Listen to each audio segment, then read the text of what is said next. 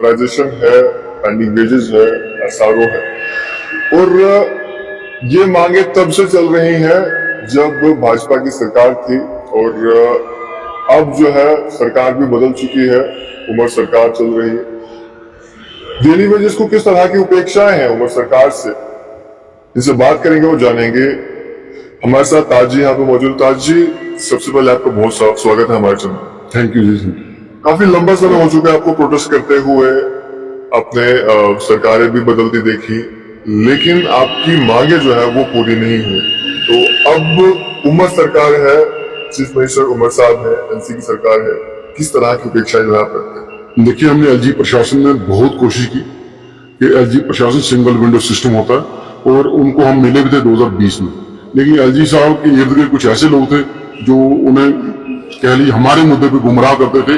तो आज उमर साहब बने। उमर साहब इस मुद्दे को भली भांति जानते, और 2014 में जैसे राठौर साहब थोड़े दिन पहले कहा गया, हमने कैबिनेट सब कमेटी की रिपोर्ट पे सरकार ने कैबिनेट में मोहर लगानी थी और ये कानून बन जाना, लेकिन फ्लड आ गया तो ये कैबिनेट में नहीं जा सका। तो आज उमर साहब के पास मौका है दोबारा, उस मालिक ने दोबारा मौका दिया। बहुत कम लोग होते हैं जो दोबारा चीफ मिनिस्टर बनते उसी स्टेट के। आज वो दोबारा बने, और हम ये उम्मीद उनसे करेंगे कि कैबिनेट सब कमेटी की रिपोर्ट को कैबिनेट में लाके उसको मोहर लगा के, जैसे उसमें 10 साल जिसको भी भेजेंगे उसको SR 64 के सारे बेनिफिट दिए जाएंगे। वो 30 साल का जो हमारा शोषण है उसको खत्म किया जाए। लंबा संघर्ष थकाता जरूर है, लेकिन अंदर से मजबूत और बाहर से खूबसूरत आदमी को बनाता है। अपने हक के लिए हम लड़ते रहेंगे। एम्प्लॉइज जब तक रिटायर नहीं होता तब तक अपने हक के लिए लड़ता रहता है, और हम भी अपने हक के लिए जब तक नहीं मिले लड़ते रहेंगे। चाहे हमें सड़कों में उतरना पड़े, चाहे सेक्टर गिराव करना पड़े, चाहे मिनिस्टरों को उठीन गिराव करना पड़े, अगर उमर साहब ने वैसा हमारे हक में नहीं किया।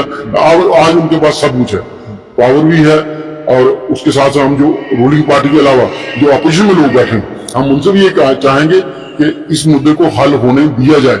90 के 90 MLA इस मुद्दे पे इकट्ठा हो। ये एक ह्यूमन इशू है, और इसको ह्यूमन इशू ही रहने दिया जाए, ना कि इसको वाद विवाद में डाल के इस मुद्दे को लिंगरान करवाया जाए। किसी तरीके से इसको रोकने की कोशिश की जाए कि ये करेंगे तो इनको क्रेडिट मिल जाएगा। क्रेडिट गरीब के घर में जाएगा, अगर काम होने दोगे तो गरीब की थाली में खाना जाएगा।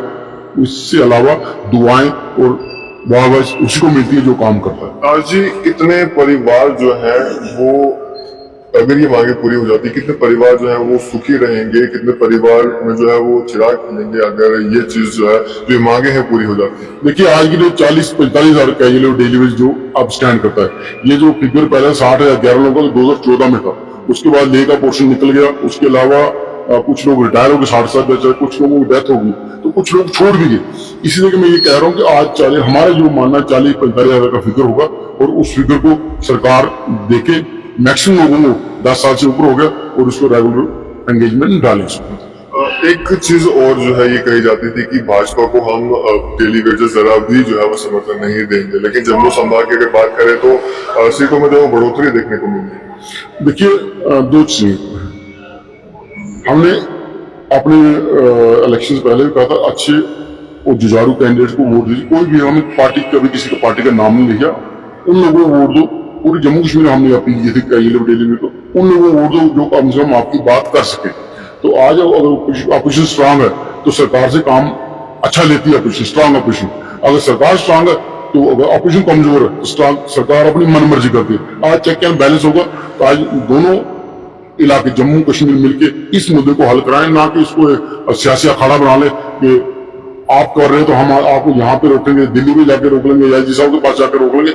ऐसे बयानों से बचना चाहिए अपोजिशन लोगों को। ये स्टेट सबकी है और मिलजुल के काम करना चाहिए। कहीं ना कहीं नजरें जो है वो सरकार पे पूरी तरह से गड़ी हुई है कि जो वादे किए थे, जो प्रोमिस किए गए थे, वो पूरे होने चाहिए। बिल्कुल, उम्मीद तो जो सामने जो सत्ता बैठा उम्मीद उसी से है, और आपको ये कही कि अगर उससे उम्मीद ना होती तो आज हम धरना प्रोटेस्ट सड़कों में होते।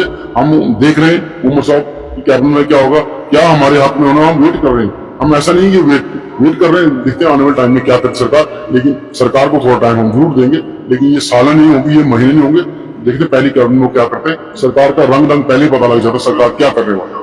क्या नाम है आपको, क्या कहना चाहिए? नवदीप सिंह। क्या कहना चाहेंगे नवदीप जी, जिस तरह से उमर सरकार पे अब नजरें जो है तमाम डेली वेजर्स की, तमाम आम जनता की जो है वो गड़ी हुई है, जो प्रोमिस किए गए हैं वो देखना चाहती है आम जनता की पूरे होते हैं, बहुत बहुत शुक्रिया आपका। देखिए, यहाँ तक जो जनता का सवाल है, जनता ने जो मैंडेट था वो दे दिया। अब सरकार आ गई है उमर साहब की, अपोजिशन में आ गई है बीजेपी की। तो अब यह है कि मेरा यही कहना है कि अब जो आपके मैनिफेस्टो में जो लोगों के साथ आपने वायदे किए हैं, उसी मैनिफेस्टो के ऊपर आप लोगों ने वोट लिए हैं। तो अब इनका फर्ज बनता है, वक्त आ गया है कि जो इनके मैनिफेस्टो में जो इन्होंने लिखा था तो उसको पूरी तरह निभाया जाए। तो अगर ये मैनिफेस्टो के बाहर जाते हैं तो फिर ये जम्मू कश्मीर की जनता को बहुत दुख होगा कि अगर इन लोगों को आज सत्ता में लाया गया है तो वो लोगों ने उनको पसंद किया तो वो आए हैं। तो इसको एक सियासी अखाड़ा नहीं बनाते हुए, तो हमारा तो इशू, हम पहले तो यही बोलेंगे कि जो डेली वेजर का जो इशू है वो फर्स्ट कैबिनेट में उसको उठाया जाए, क्योंकि उससे बहुत ज्यादा परिवार जुड़े हुए हैं जो बहुत गरीबी रेखा से भी जो नीचे हैं वो जा रहे हैं, क्योंकि उनको ना तो कोई महंगाई भत्ता मिलता है, ना तो उनको कोई बीपीएल का जैसे लोगों को बेनिफिट मिलता है। चीज है कि जो गवर्नमेंट मुलाजिम है, जो नीचे तबके का वाला है, उसको एपीएल राशन कार्ड जो है वो होता है। इससे काफी दिक्कतें जो है वो आती हैं, और ना ही गवर्नमेंट की जो स्कीम बीपीएल के लिए होती है वो मुलाजिम अवेल कर पाता है। देखिए, हमारे जो जितने भी डेली वेजर्स हैं, मैक्सिमम उसमें एपीएल वाले कार्ड हैं उनके पास। हम कोई भी गवर्नमेंट की जो स्कीम है वो नहीं ले सकते। इवन कि आने वाले टाइम में भी अगर कोई चीजें, अगर वो गवर्नमेंट अगर इसको इंप्लीमेंट करवाती है जो मैनिफेस्टो के तहत, जैसे 12 सिलेंडर हो गए, जहां वो 200 मीटर, क्या पता वो कौन सा रूल निकालेंगे, वो बीपीएल को दिया जाए। तो फिर वही बीपीएल में देखिए, जो बीपीएल किसको बोलते हैं, एक मजदूर तक, कैजुअल लेबर। हम किस में काम कर रहे हैं, as a casual labour as a मजदूर आगे। और मजदूर की दिहाड़ी आज जो बाहर के लोग जो यूटी के तहत यहाँ पे काम कर रहे हैं वो हजार रुपया दिहाड़ी ले रहे हैं। तो आज हमारे मजदूरों की दिहाड़ी क्या है, 311 रुपए। आप बताइए, ये क्या एक भेदभाव ही है ना। जम्मू कश्मीर के मजदूरों को 311 रुपए, और जो बाहर का यूटी का मजदूर आके यहाँ पे काम करेगा उसको 800-900 रुपए स्किल्ड अनस्किल्ड के हिसाब से उसको तनख्वाह मिलेगी। ये भी एक बहुत बड़ा भेदभाव हमारे जम्मू कश्मीर में है। तो ये उमर सरकार को भी